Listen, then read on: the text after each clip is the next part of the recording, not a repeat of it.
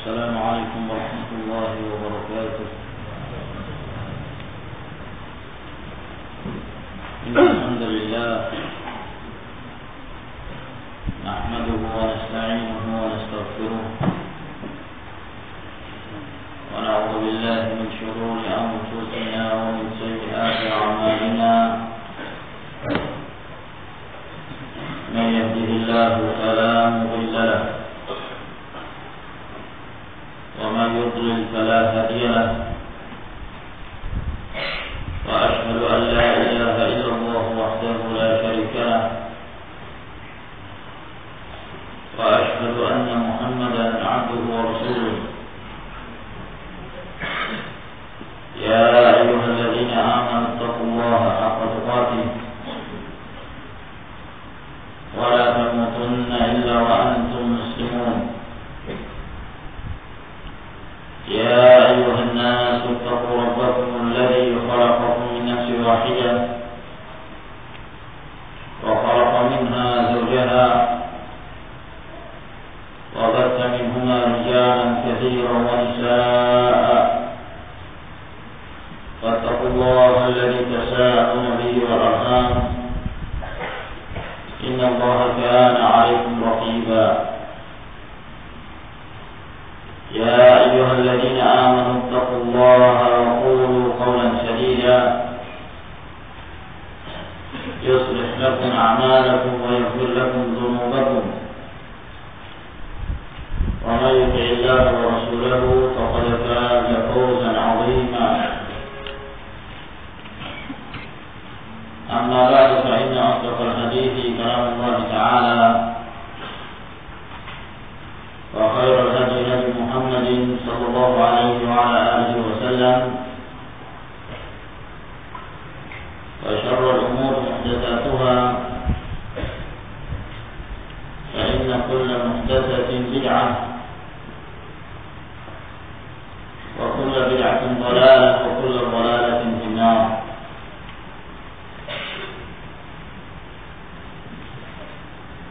معاشر المسلمين رحمكم الله. Alhamdulillah, kembali kita berkumpul dalam pengajian rutin kita yang membahas Nasail Ahkam dari kitab Bulughul Maram min Adillatil Ahkam karya Al-Hafidz Ibnu Hajar Al-Asqalani rahimahullah ta'ala. Dan pada pertemuan yang lalu kita telah menjelaskan dan menyebutkan hadis-hadis seputar permasalahan sujud as-sahwi. Telah kita jelaskan hukum-hukumnya, kapan disyariatkan seorang melakukan sujud sahwi setelah salam dan kapan pula disyariatkan sebelum salam. Sehingga pada malam hari ini insyaallah taala kita melanjutkan kembali membacakan hadis-hadis yang berikutnya yang disebutkan oleh Al-Hafidz Ibnu Hajar rahimahullah taala dalam kitabnya ini, di mana hadis-hadis yang berikutnya ini menjelaskan tentang sujud jenis yang kedua setelah sujud as-sahwi. Sebelumnya beliau telah menjelaskan dan menyebutkan di dalam babnya bab sujud as-sahwi wa ghairihi, yang menunjukkan bahwa beliau pun akan menyebutkan sujud-sujud yang lainnya yang datang dari Nabi sallallahu alaihi wasallam. Sehingga pembahasan kita pada malam hari ini insyaallah taala kita akan menyebutkan hadis-hadis seputar permasalahan sujud at-tilawah. Berkata Al-Hafidz Abu Fadl Ahmad bin Ali bin Hajar Al-Asqalani rahimahullah ta'ala. Wa an Abi Hurairah radhiyallahu ta'ala anhu qala, dan dari Abu Hurairah radhiyallahu ta'ala anhu beliau berkata, sajadna ma'a Rasulillah sallallahu alaihi wa ala alihi wa sallam, kami sujud bersama Rasulullah sallallahu alaihi wa ala alihi wa sallam fi, yaitu pada firman Allah Subhanahu wa ta'ala, idza as-samaa'u inshaqqat, al-inshiqaq, waqra' bismi rabbika alladhi khalaq. Pada dua surah, yaitu surah Al-Insyiqaq dan surah Al-Alaq. Rawahu Muslim. Hadis ini diriwayatkan oleh Imam Muslim rahimahullah ta'ala. Hadis ini adalah hadis yang sahih, dan hadis ini merupakan salah satu hadis di antara sekian hadis yang akan kita bacakan insyaallah taala yang menjelaskan tentang hukum sujud tilawah. Dan yang dimaksud dengan sujud tilawah yaitu sujud alladhi yakunu sababuhu at-tilawah, sujud yang sebabnya disebabkan karena kita membaca ayat-ayat tertentu yang terdapat di dalam Al-Quran Karim, yang dianjurkan seorang itu untuk sujud pada tempat-tempat tersebut. Sebab yang demikian telah datang dari Nabi Sallallahu Alaihi Wasallam, atau datang dari riwayat para sahabat ridwanullahi alaihim ajma'in. Maka di dalam hadis Abi Hurairah radhiyallahu taala anhu ini, di mana Abu Hurairah menjelaskan bahwa kami dahulu ketika bersama Rasulullah sallallahu alaihi wasallam, pada saat kami membaca idza as-samaa'u insyaqqat dan seterusnya, maka kami sujud. Yani kami sujud pada saat membaca ayat yang diperintahkan untuk sujud, atau yang disyariatkan seorang untuk sujud, yaitu sujud tilawah. Wa idza quri'a 'alaihimul Qur'an la yasjudun.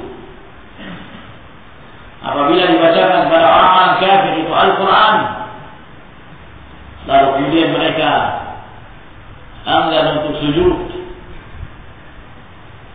maka ini tempat yang pertama yang disebutkan dalam hadis ini, anjuran untuk sujud tilawah pada saat kita membacanya. Waqra' bismi rabbika alladhi khalaq. Ini adalah surah yang kedua, yaitu surah Al-Alaq. Kami sujud bersama Rasulullah sallallahu alaihi wasallam pada saat kami membaca surah Al-Alaq. Wasjud waqtari. Maka dua tempat ini merupakan tempat dianjurkannya seorang muslim apabila seseorang membaca salah satu dari keduanya, lalu kemudian melewati ayat sajdah, maka dianjurkan untuk melakukan sujud tilawah. Dan tidak ada perbedaan dalam hal ini apakah sujud tilawah dikerjakan sebelum, yakni di luar salat, atau di dalam salat. dianjurkan.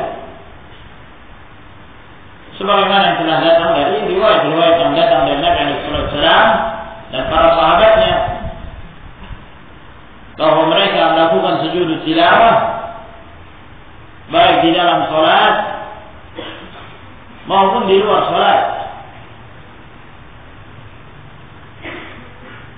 Yang demikian disyariatkan. Hadis ini termasuk di antara dalil yang menunjukkan disyariatkannya hal tersebut. Dan disebutkan pula dalam hadis yang diriwayatkan oleh Imam Muslim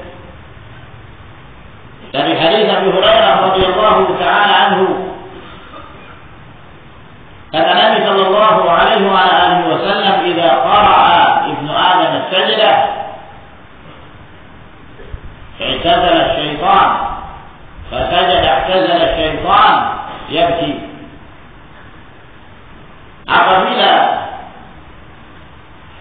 seorang manusia membaca ayat as-sajdah lalu kemudian dia sujud,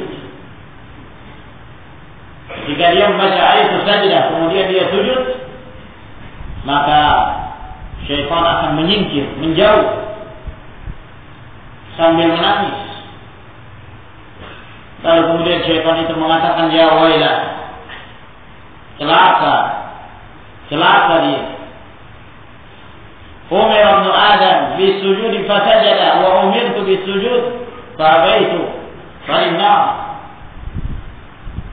Anak Adam itu diperintahkan untuk sujud, kemudian dia sujud, maka dia mendapatkan syurga, falahu jannah.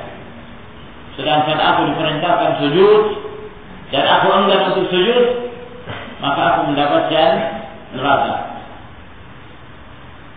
Maka dari hadis ini menjelaskan pada kita keutamaan sujud tilawah, menjadikan syaitan itu sedih dan menjadikan syaitan itu menyingkir, dan akan menjadi salah satu sebab seorang itu masuk ke dalam surga. Sebab sujudnya seorang hamba kepada Allah Subhanahu wa taala menunjukkan tadallul wal khulu', kerendahan, kehinaan seorang hamba di hadapan Allah Jalla wa Ala. Sehingga apabila dia sujud ketika membaca ayat sajdah, maka itu semakin menunjukkan ketaatannya, berserah dirinya hanya kepada Allah Tabaraka wa Ta'ala. Maka hadis ini jelas menunjukkan disyariatkannya dan sangat dianjurkannya untuk sujud pada saat seorang membaca ayat sajdah, apakah di dalam salat atau di luar salat. Hanya saja terjadi khilaf di kalangan para ulama tentang hukum sujud tilawah, antara pendapat jumhur, mayoritas para ulama yang mengatakan sunnah muakkadah, sunnah yang sangat dianjurkan, dan pendapat yang mengatakan bahwa sujud tilawah hukumnya wajib, dan itu pendapat Al-Hanafiyah yang berpendapat wajibnya. Nah, terjadi khilaf dalam hal ini. Namun yang rajih, yang sahih dalam hal ini berdasarkan dalil-dalil yang datang dari Nabi sallallahu alaihi wasallam, bahwa pernah dibacakan ayat sajdah beliau sujud, dan pernah pula beliau dibacakan ayat sajdah dan beliau tidak sujud, yang menunjukkan bahwa hal tersebut tidaklah wajib, namun merupakan sunnah muakkadah, sunnah yang sangat ditekankan, yang tidak sepantasnya untuk ditinggalkan. Nah, dan pendapat jumhur yang mengatakan bahwa itu adalah sunnah, pendapat yang lebih sahih, sebagaimana akan kita sebutkan nanti hadis-hadis yang menunjukkan bahwa Rasulullah Shallallahu Alaihi Wasallam terkadang beliau sujud dan terkadang pula beliau tidak sujud. Dan Umar bin Khattab radhiyallahu taala anhu ketika beliau membaca salah satu ayat sajdah yang terdapat dalam surah An-Naml, pada waktu itu beliau berada di atas mimbar pada hari Jumat. Ketika beliau membaca surah An-Naml lalu kemudian melewati ayat sajdah, maka beliau pun turun dari mimbar lalu kemudian beliau sujud. Lalu pada Jumat yang lainnya, beliau membaca surah yang sama, akan tetapi beliau tidak sujud. Lalu kemudian berkata Umar Ibn Khattab radhiyallahu ta'ala anhu, "Inna Allah lam yafrid 'alaina sujud illa an nasha." Sesungguhnya Allah Subhanahu wa taala tidak mewajibkan atas kita untuk sujud tilawah kecuali apabila kita ingin melakukannya. Riwayat ini disebutkan oleh Al-Imam Al-Bukhari rahimahullah ta'ala. Dan Umar bin Khattab radhiyallahu ta'ala anhu menyebutkan ini di hadapan para sahabat pada khutbatul Jumat. Dan para sahabat masih hidup, yang menunjukkan bahwa para sahabat yang lainnya mereka sepakat setuju dengan apa yang dikatakan oleh Al-Khalifatul Rashid Umar bin Khattab Amirul Mukminin radhiyallahu ta'ala anhu. Maka ini yang sahih insyaallah ta'ala,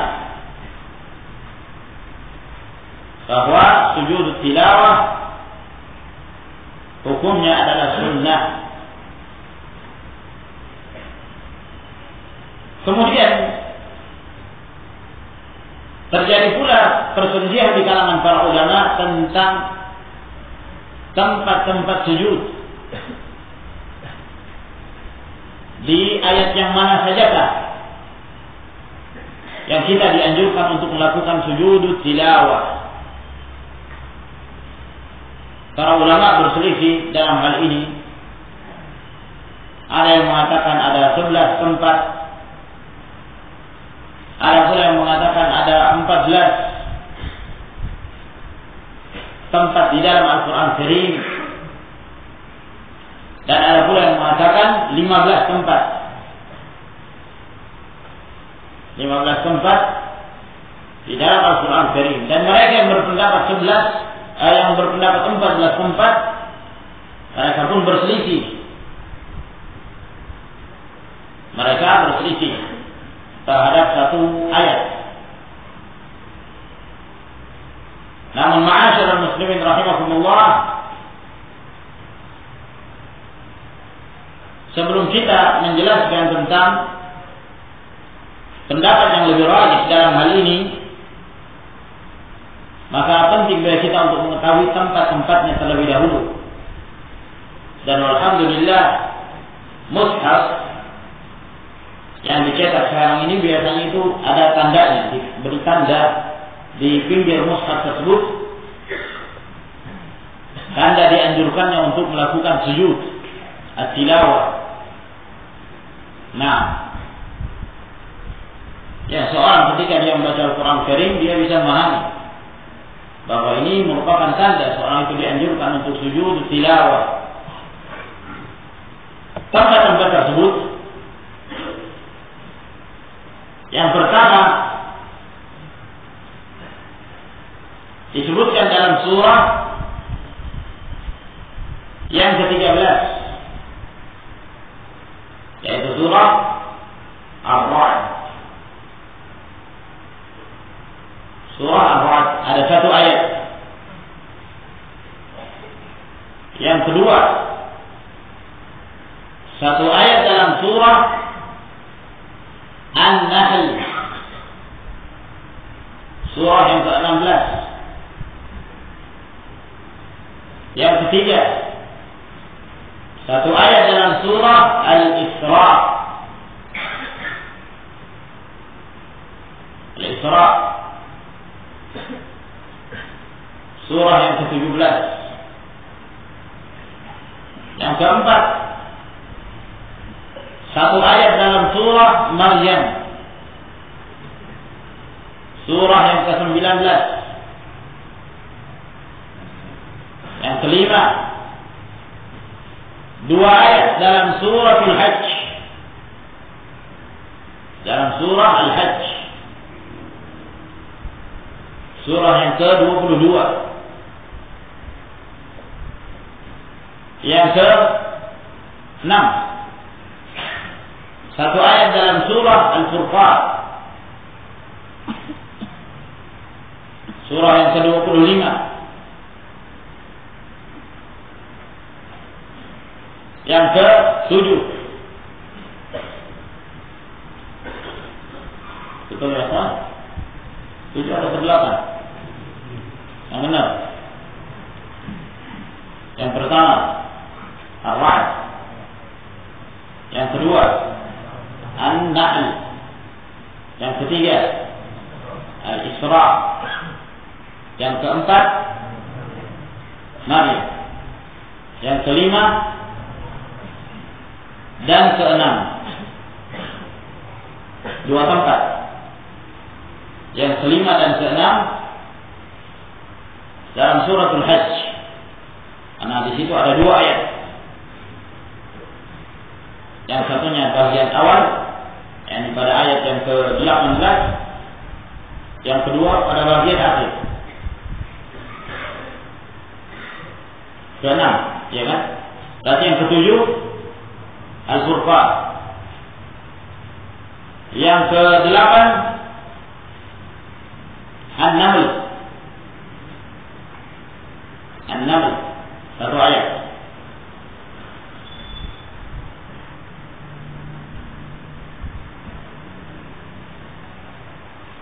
Yang ke-9 As-Sajdah, Alif Lam Mim Tanzil As-Sajdah, yang masyhur, yang biasa kita baca pada subuh hari Jumat. Surah As-Sajdah yang ke-32. Surah yang ke-32. Kemudian surah yang ke-38, Shad. Surah Shad. Yang keberapa itu? 10. Yang ke-11 Fussilat, surah yang ke-41, satu ayat. Yang ke-12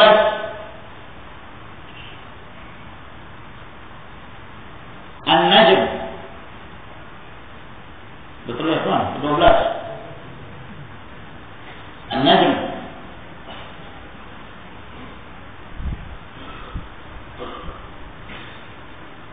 Surah yang ke-53. Yang berikutnya suratul Insyiqaq. Al-Insyiqaq yang kita baca dalam hadis. Yang berikutnya surah Al-Alaq. Nah, suratul Al-Alaq. Berapa teman? 14. Yang benar. Nah, berarti yang kurang mana?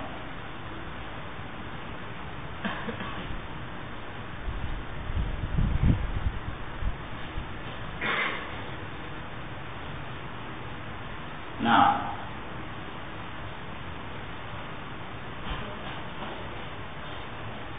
Ana menyebut 14.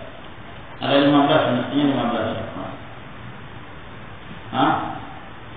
Apa yang tertinggal?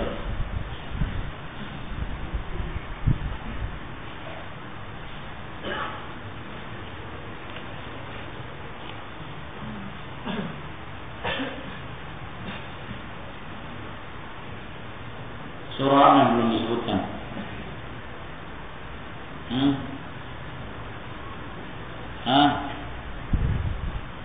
Nah, nanti dicari Quran.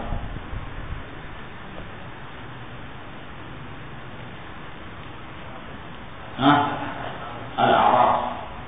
Nah, surah yang ke-7. Nah, yang terakhir dalam surah Al-A'raf. Baik, maka ini ada 15 tempat. 15 tempat. Kita tidak ingin menyebutkan perselisihan yang panjang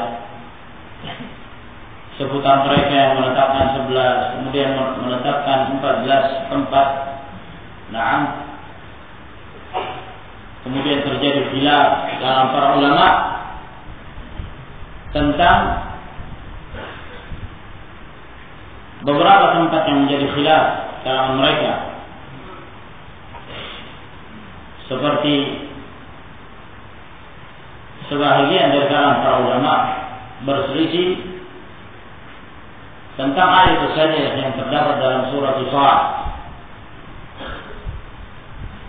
Di antara mereka yang berpendapat bahwa 14 tempat semua yang kita sebutkan tadi kecuali surah Al-Sad, surah yang ke-38, itu mereka hilangkan.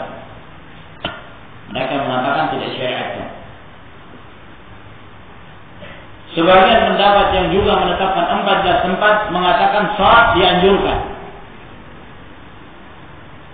Mengatakan salat dianjurkan. Nah, lalu mereka tidak menganjurkan ayat sajdah yang terdapat dalam surah Al-Hajj pada ayat yang kedua, ayat yang bagian akhir. Nah, Al-Hafiz ini ma'asyiral ikhwah rahimakumullah, perselisihan yang terjadi dalam para ulama dan yang sahih dalam hal ini bahwa ke-15 tempat itu insyaallah taala disyariatkan untuk sujud pada tempat-tempat tersebut. Dan ini adalah merupakan madhab yang dikuatkan banyak dari kalangan para ulama. Al-Imam Ahmad rahimahullah, Ibn Rahuyah, Abdullah bin Mubarak dan yang lainnya dari para ulama, mereka menetapkan 15 tempat tersebut dianjurkannya untuk sujud. Ada satu hadis yang datang dari Nabi Shallallahu Alaihi Wasallam yang menyebutkan secara menyeluruh 15 tempat dianjurkan untuk sujud, namun hadis itu dhaif dan tidak bisa dijadikan sebagai hujjah. Akan tetapi kita akan menyebutkan bahwa ke-15 tempat ini insyaallah taala boleh diamalkan dan dianjurkan padanya sujud at-tilawah. Dari ke-15 tempat dari ayat at-tilawah, maka kita bisa mengklasifikasikan menjadi 3 bahagian. Adapun bahagian yang pertama yaitu 4 ayat yang ditetapkan berdasarkan hadis yang sahih yang datang dari Rasulullah Sallallahu Alaihi Wasallam.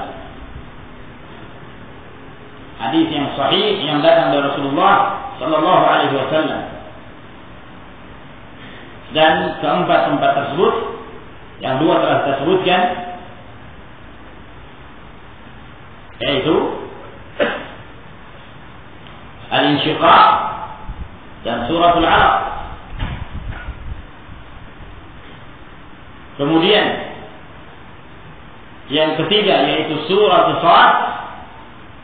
Ini juga telah sahih bahwa Nabi Shallallahu Alaihi Wasallam melakukan sujud pada saat membaca Surah As-Sad. Dan yang keempat pada Surah An-Najm. Maka 4 tempat ini ditetapkan adanya sujud tilawah berdasarkan hadis-hadis yang datang dari Rasulullah Sallallahu Alaihi Wasallam. Kemudian bahagian yang kedua, 10 tempat. Dan yang kita maksudkan dengan 10 tempat tersebut adalah selain 4 surah yang telah kita sebutkan, berarti sisa berapa? 11. Dan selain ayat yang terdapat dalam suratul Hajj, ayat yang kedua, ya, sebagaimana kita sebutkan ada 2 tempat dianjurkan sujud tilawah, dan yang dimaksud di sini adalah tempat yang kedua. Nah, adapun yang pertama dianjurkan, yang terdapat pada ayat yang ke-18. Nah, kita keluarkan tempat yang kedua ini sehingga tersisa 10 tempat yang di sana terdapat ayat tilawah yang dianjurkan kita lakukan sujud tilawah berdasarkan kesepakatan para ulama. Telah terjadi ittifaq para ulama dalam hal ini. Tidak ada khilaf, tidak ada perselisihan di kalangan para ulama bahwa 10 tempat tersebut, termasuk diantaranya surah As-Sajdah, Alif Lam Mim Tanzil As-Sajdah,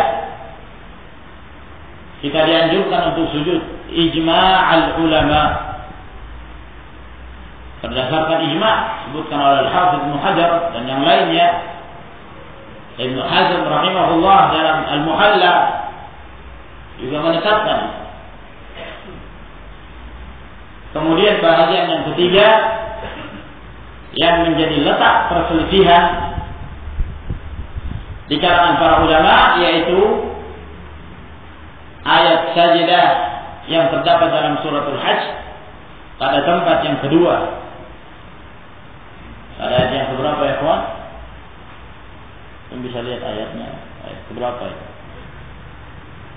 Sajdah.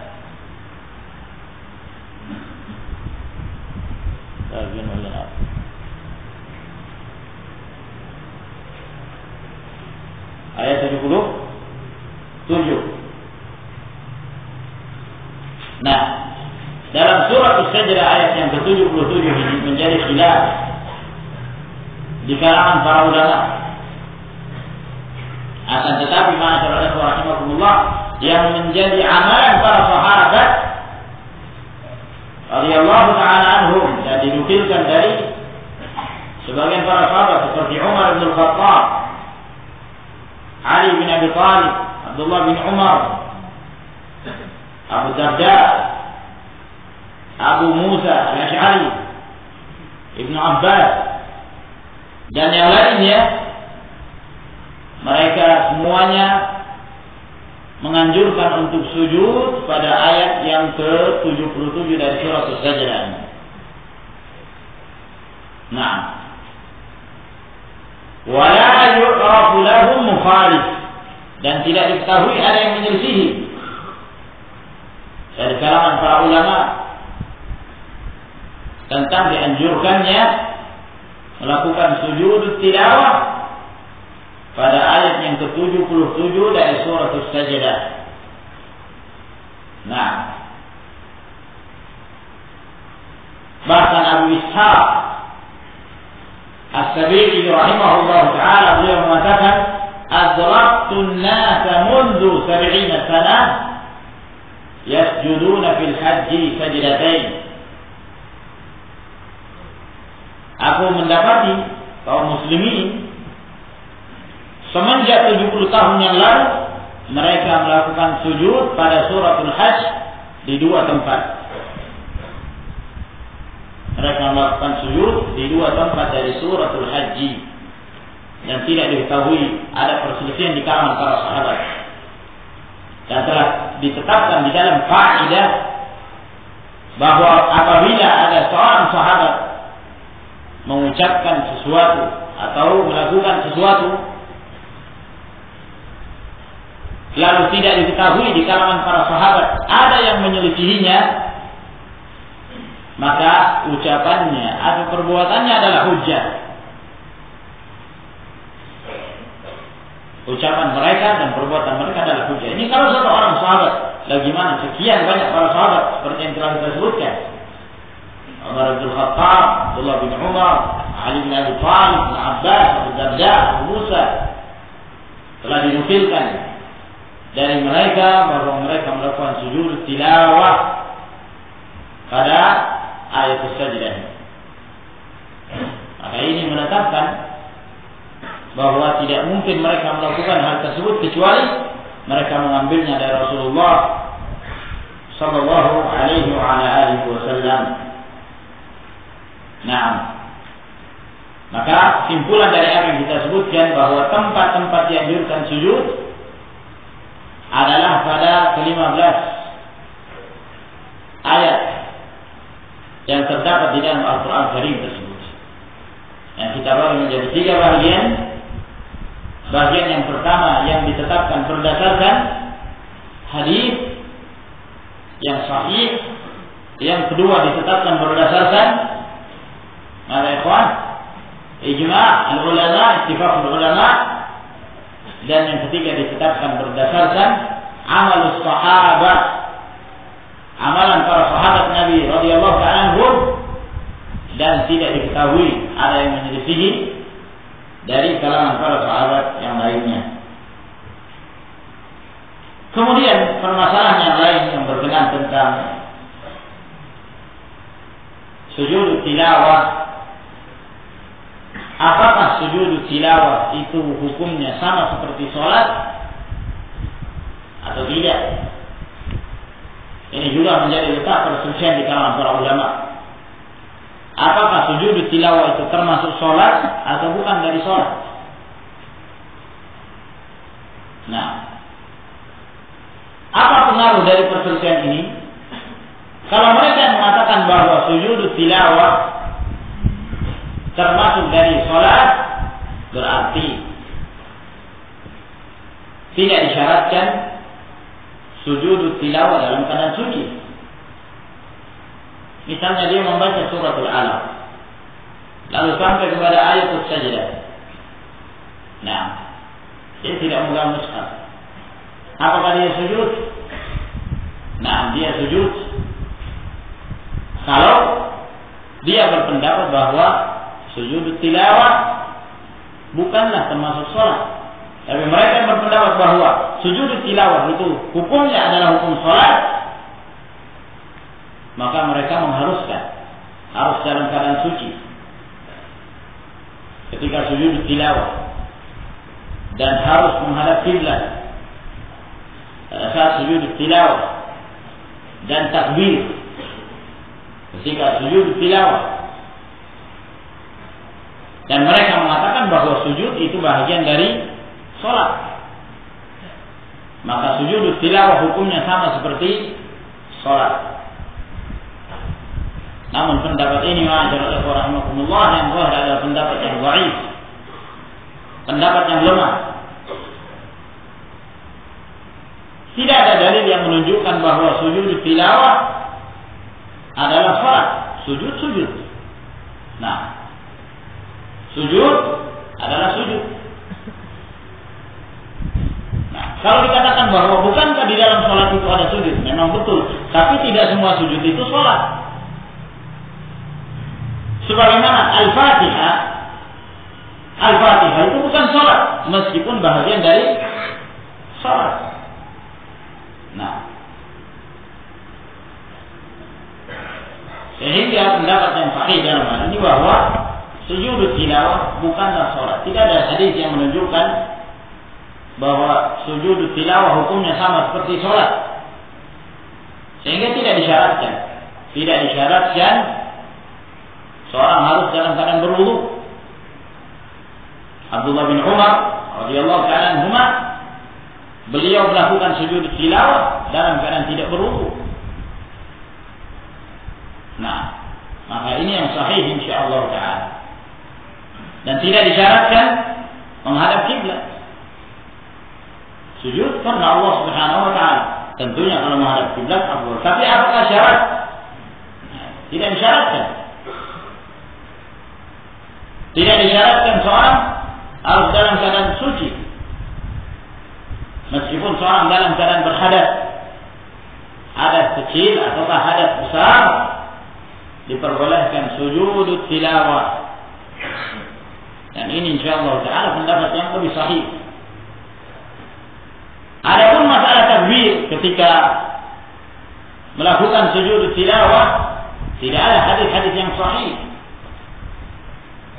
yang datang dari Nabi sallallahu alaihi wasallam bertakbir ketika sujud tilawah.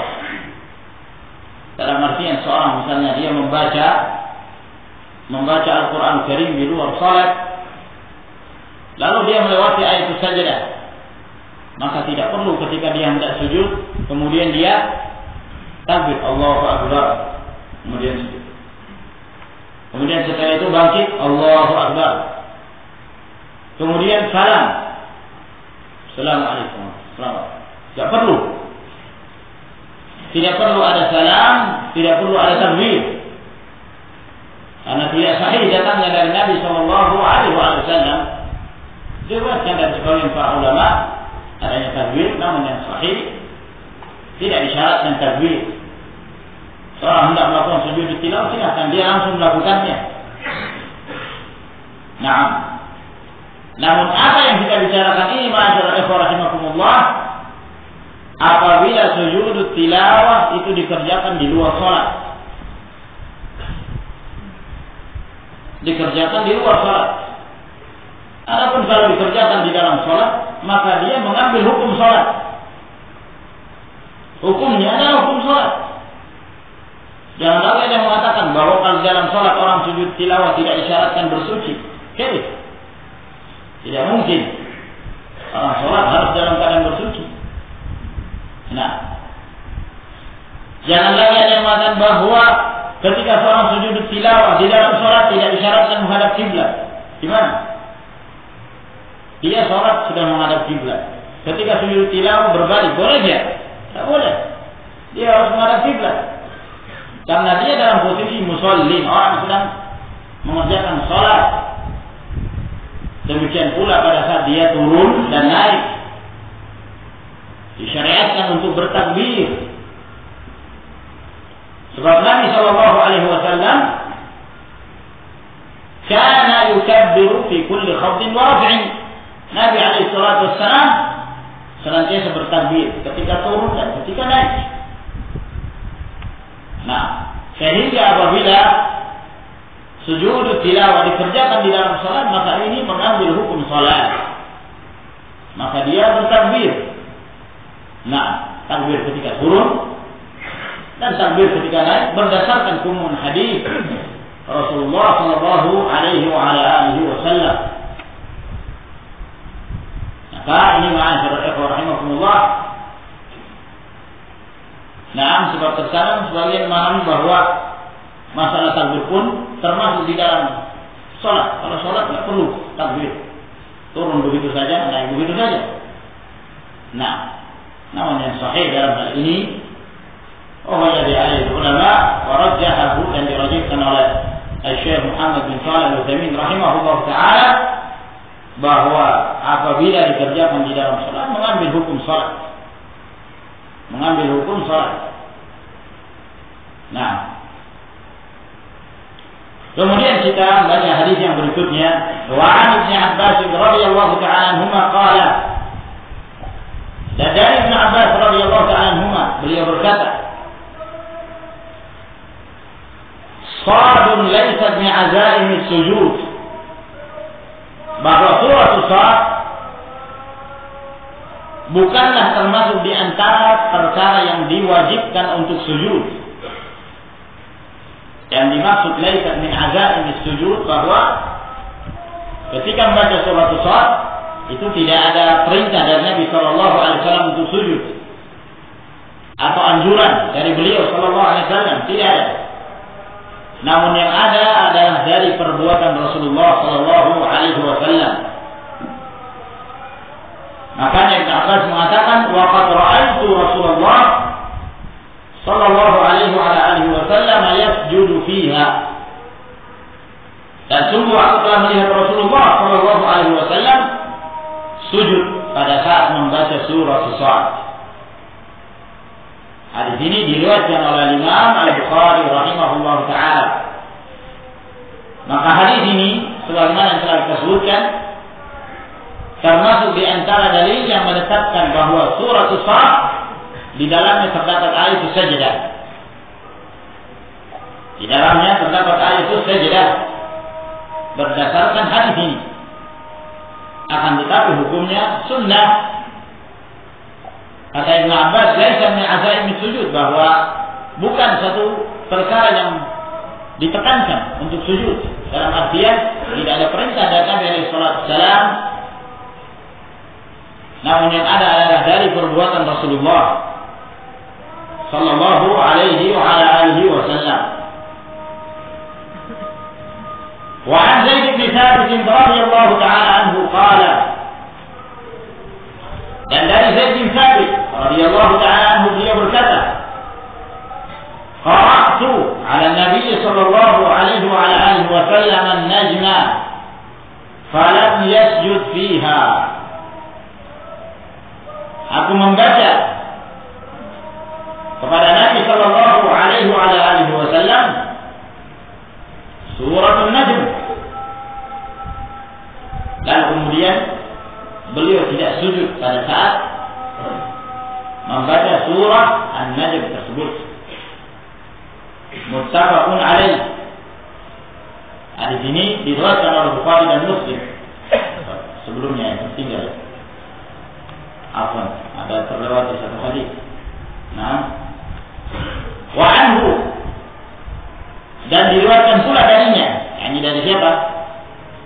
Dari Ibn Abbas. Anna Nabi sallallahu alaihi wa alihi wasallam sajada bin najmi. Bahwa Nabi sallallahu alaihi wasallam sujud ketika membaca surah An-Najm, itu surah yang ke-53 dari Mushaf Utsman. Rawahu Bukhari, hadis ini diriwayatkan oleh Imam Bukhari rahimahullah.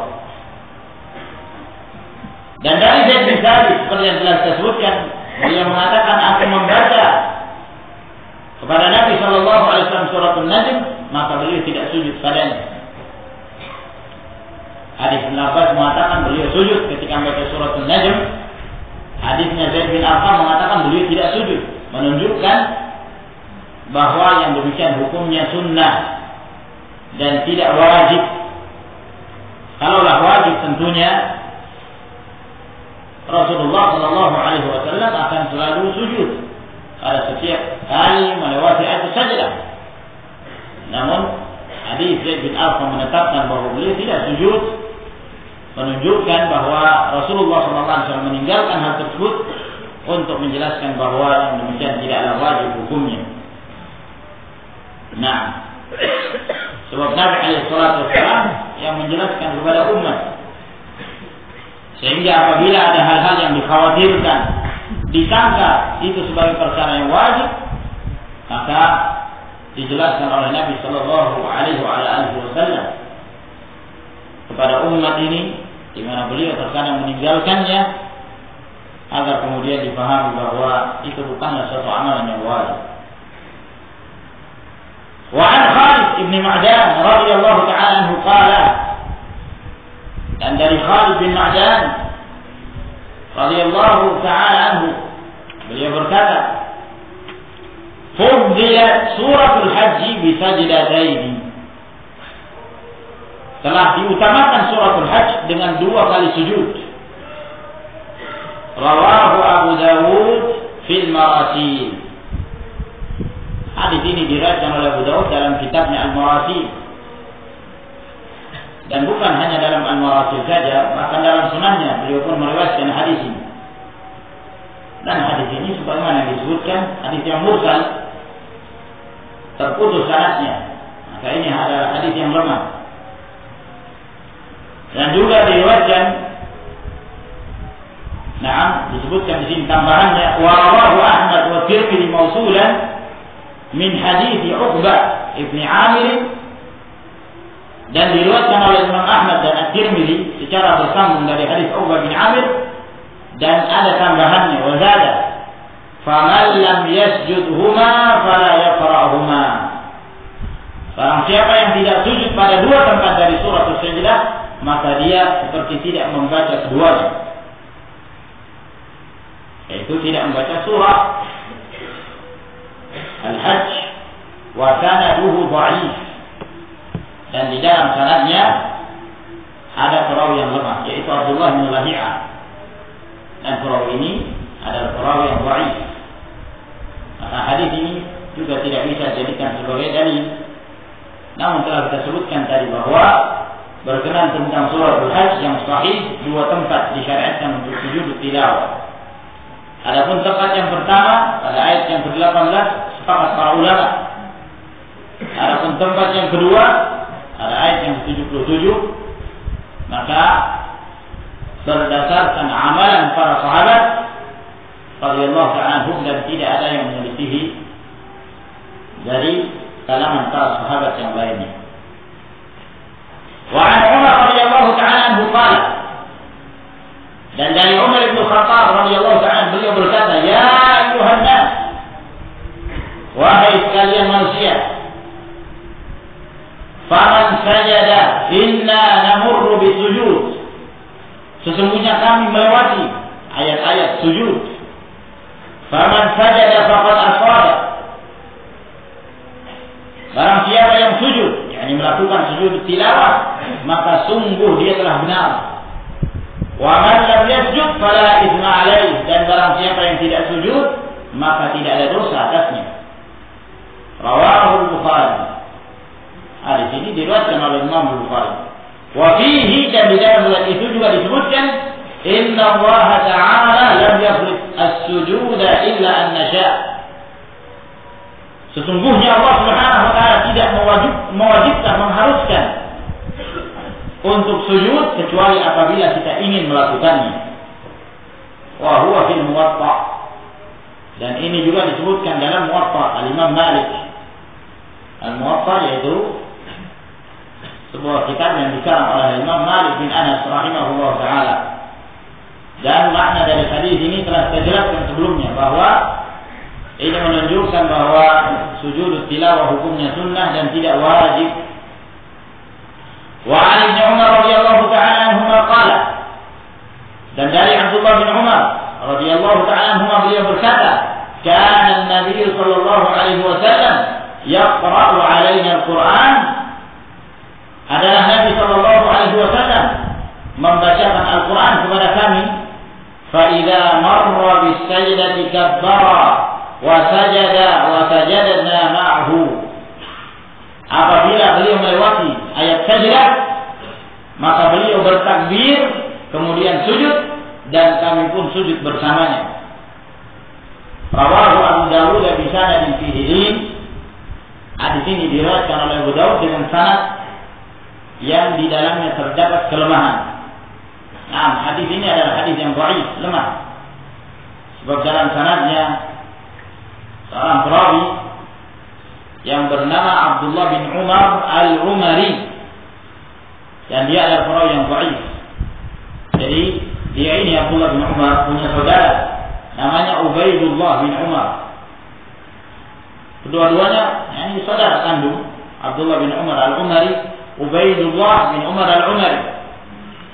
Namun Abdullah bin Umar ini yang kakak, ini riwayatnya dhaif, lemah riwayatnya. Sedangkan adiknya Ubaidullah bin Umar ini thiqah, terpercaya. Nah, hanya perbedaannya Abd dengan Ubaid. Kalau seorang tidak teliti, jangan sampai terjadi perubahan pada nama dari perawi tersebut, hingga menyebabkan kekeliruan dalam menghukumi hadis. Nah, maka adapun Abdullah bin Umar, dan itu yang disebutkan dalam riwayat ini, Abdullah bin Umar Al-Umari, maka dia adalah seorang perawi yang lemah, sehingga hadis ini yang di dalamnya disebutkan anjuran untuk bertakbir adalah hadis yang dhaif. Nah, dan juga terjadi khilaf di kalangan para ulama tentang apakah dianjurkan membaca ayat tilawah lalu kemudian kita sujud, melakukan sujud tilawah, pada sholat-sholat sirriyah, sholat-sholat yang tidak dijaharkan. Adapun sholatul maghrib jelas, sholatul isya, sholatul fajr dikeraskan sehingga makmum mendengarkan. Tapi kalau sholat sir, sholat zuhur, sholat asar, membaca suratul sajdah, orang tidak tahu, tiba-tiba sujud. Nah, maka oleh karena itu para ulama mengatakan ini adalah perkara yang makruh. Nah, dan sebaiknya seorang membacanya pada sholat jahriyah dan tidak membacanya pada sholat sirriyah, dalam artian tidak melakukan sujud tilawah pada sholat sirriyah disebabkan karena tidak didengarkan oleh makmum dan mereka tidak mengetahui, ya, dikhawatirkan akan menimbulkan, ini mereka menganggap bahwa imam melakukan kesalahan, ya. Oleh karena itu kata para ulama, dan itu dikuatkan oleh Al-Albani rahimahullah, sebaiknya tidak dibaca pada sholat sirriyah. Nah, lalu apa yang diucapkan pada saat seorang melakukan sujud tilawah? Ada sebuah hadis yang diriwayatkan oleh Abu Dawud dan Tirmidzi dari hadis Aisyah radhiyallahu taala anha, bahwa Rasulullah sallallahu alaihi wasallam apabila beliau melakukan sujud, yakni sujud Quran, sujud tilawah, maka beliau mengatakan sajada wajhiya lilladzi khalaqahu wa syaqqa sam'ahu wa basarahu bihaulihi wa quwwatihi. Sajada wajhi, telah sujud wajahku kepada yang menciptakannya dan kepada yang menyebabkan dia melihat dan mendengar dengan kemampuan dan kemahakuasaan Allah Subhanahu wa taala. Sajada wajhi lilladzi khalaqahu wa syaqqa sam'ahu wa basarahu bihaulihi wa quwwatihi. Nah, namun apabila seorang membaca zikir-zikir yang masyhur tentang sujud secara umum pun diperbolehkan insyaallah taala. Namun kalau seorang ingin mengamalkan yang disebutkan dalam hadis Aisyah ini pula, maka inilah yang diriwayatkan dari Nabi sallallahu alaihi wa ala alihi wasallam. Karena ini ma'asyiral rahimakumullah beberapa ahkam seputar permasalahan sujud tilawah, dan kita telah membacakan insyaallah taala seluruh hadis yang disebutkan oleh Hafiz Ibnu Hajar dalam Bulughul Maram yang hubungannya dengan sujud tilawah, sehingga pada pertemuan yang berikutnya insyaallah kita tinggal menyelesaikan hadis-hadis yang menjelaskan tentang hukum sujud asy-syukr. Wallahu ta'ala a'lam bis-shawab. Ila huna wa akhiru da'wana alhamdulillahi rabbil alamin. Bagaimana cara mengeluarkan zakat pada sesuatu tumbuhan ketika selesai dipanen? Misalnya panen padi, dan berapa ukuran yang harus dikeluarkan? Nah,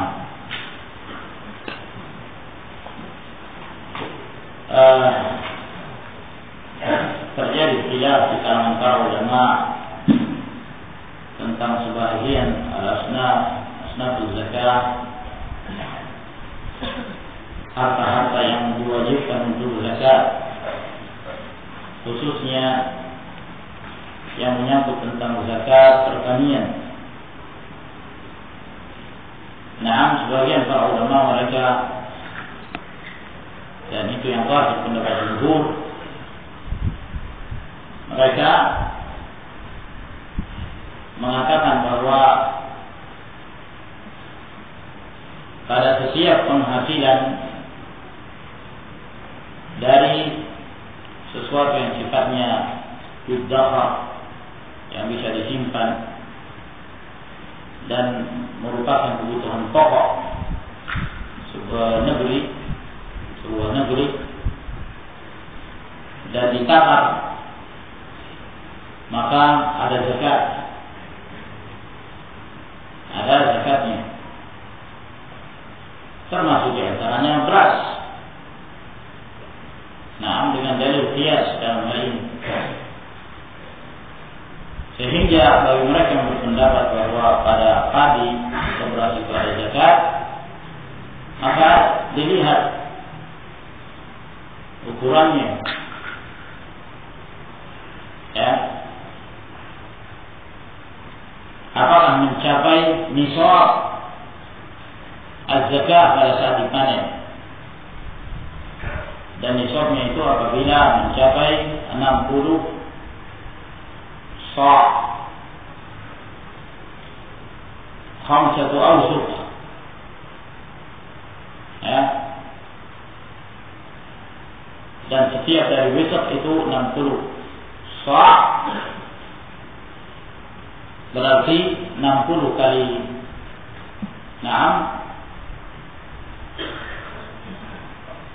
60 kali 5 berapa ya kawan?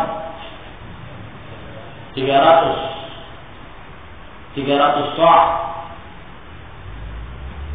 Dan satu sa' itu 4 mud. Satu sa' 4 mud. Nah, kalau kita perkirakan bahwa satu sa' kira-kira 2,5 kilogram. 2,5 kilogram. Sebagian mengatakan 3. Nah, anggap 2,5 kilogram. Berarti berapa itu hitungannya? Dikali 300 sa'. Nah, dikali 300 berapa? 750 kilogram. Nah, apabila mencapai jumlah tersebut, maka baru dikenakan zakat.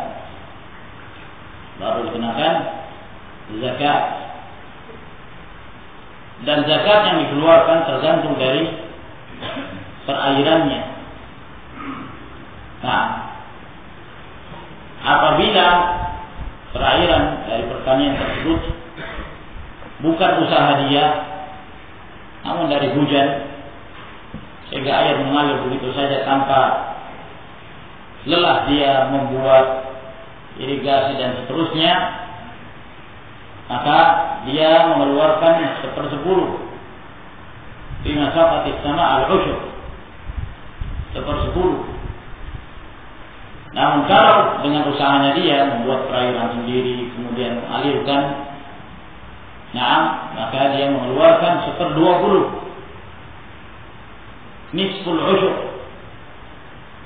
1/20.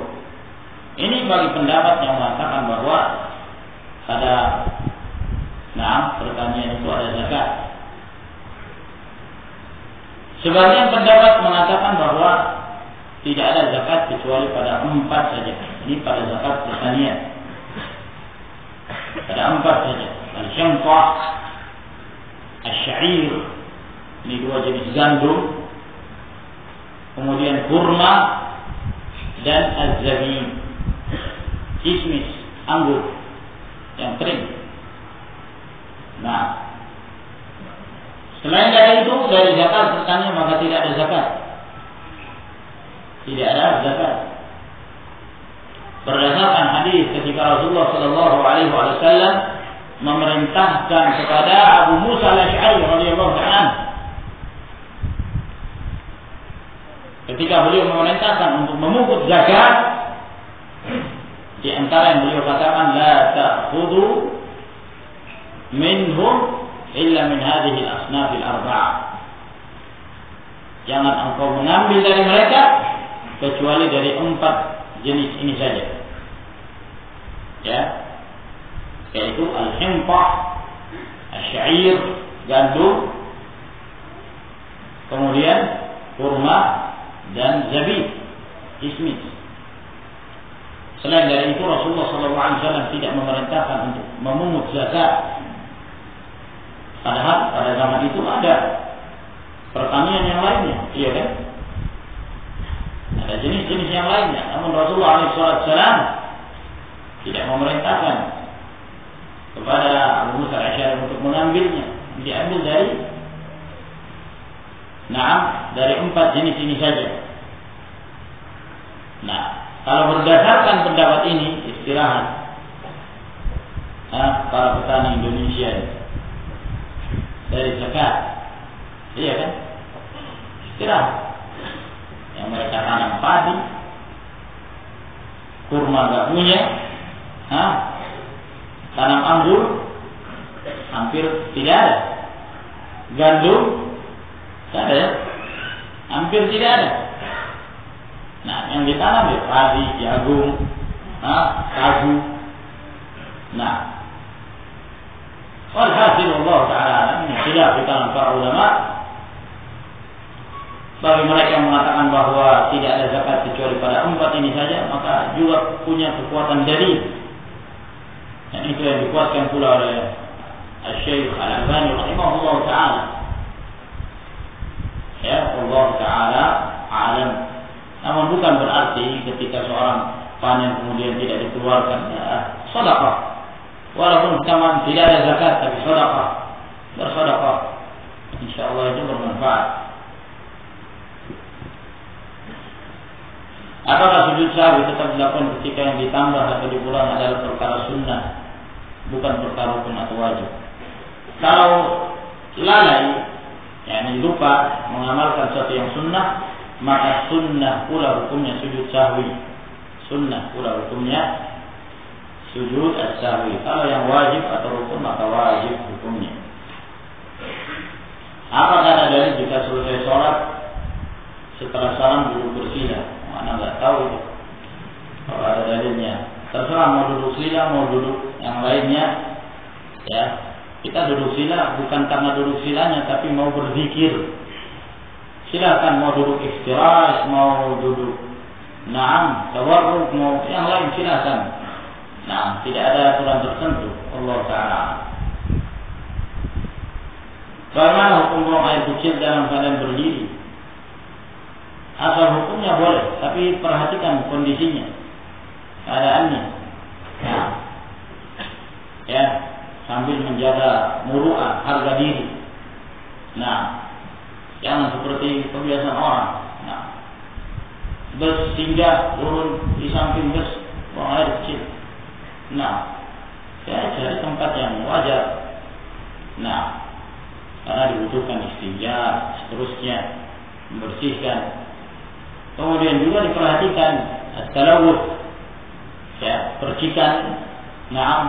Khawatirkan mengotori pakaian. Kalau kesulitan seorang kencing dalam keadaan duduk, ya, kadang-kadang dalam beberapa kondisi seorang sulit kencing duduk. Lebih memudahkan baginya untuk kencing dalam keadaan berdiri, maka boleh silakan. Nah, dan kadang-kadang juga seorang, yakni apabila dengan kencing berdiri tersebut dapat menyebabkan percikan yang mengenai pakaiannya, maka tidaklah dia kencing dalam keadaan duduk. Dan itu yang sering dilakukan oleh Nabi SAW, di mana Rasulullah SAW tidak kencing dalam keadaan berdiri kecuali dalam kondisi butuh, hajat, bukan sesuatu yang menjadi kebiasaan. Baik. Oleh karena itu Aisyah radhiyallahu ta'ala, beliau tidak mengetahui kalau Nabi SAW pernah kencing dalam keadaan berdiri. Bahkan beliau mendustakan, karena beliau tidak tahu. Ternyata para sahabat yang lain menukilkan bahwa Nabi SAW pernah melakukan hal tersebut. Apabila kita sholat berjamaah dan imamnya sholat dalam keadaan duduk karena akan uzur, apakah kita sebagai makmum sholat pula dalam keadaan duduk pula, padahal kita mampu untuk berdiri? Ini juga terjadi khilaf di kalangan para ulama. Apabila imam duduk, apakah kita duduk? Sebab hadis Abi Hurairah radhiyallahu ta'ala yang mengatakan, "Na'am, idza shalla qa'iman fa shallu qiyaman wa idza shalla jalisan fa shallu julusan ajma'un." Apabila imam itu salat berdiri, salatlah kalian dalam keadaan berdiri. Apabila imam salat duduk, salatlah kalian dalam keadaan duduk seluruhnya. Nah, maka hadis ini menegaskan bahwa apabila imam salat dalam keadaan duduk karena dia tidak mampu, maka kita mengikuti imam salat duduk. Nah, akan tetapi sebagian para ulama mengatakan bahwa hukum ini mansukh. Hukum ini telah terhapus. Disebabkan karena pada akhir dari amalan Rasulullah SAW sebelum beliau meninggal, 3 hari sebelum beliau meninggal, ketika beliau memimpin salat, beliau dalam keadaan sakit, beliau memimpin salat duduk, Abu Bakar As-Siddiq radhiyallahu anhu di belakangnya berdiri, dan seluruh makmum para sahabat mereka seluruhnya berdiri. Maka berdasarkan hadis ini mereka mengatakan bahwa hadis Abu Hurairah dan yang lain yang memerintahkan untuk mengikuti imam duduknya atau berdirinya ini telah mansukh, telah terhapus hukumnya. Sehingga apabila imam dalam keadaan duduk sholatnya, boleh kita sholat dalam keadaan berdiri, karena itu adalah akhir dari apa yang diamalkan oleh Rasulullah Sallallahu Alaihi Wasallam. Sampai di sini insyaallah. Allah Taala a'lam bishawab wa akhiru da'wana alhamdulillahi rabbil alamin. Wassalamu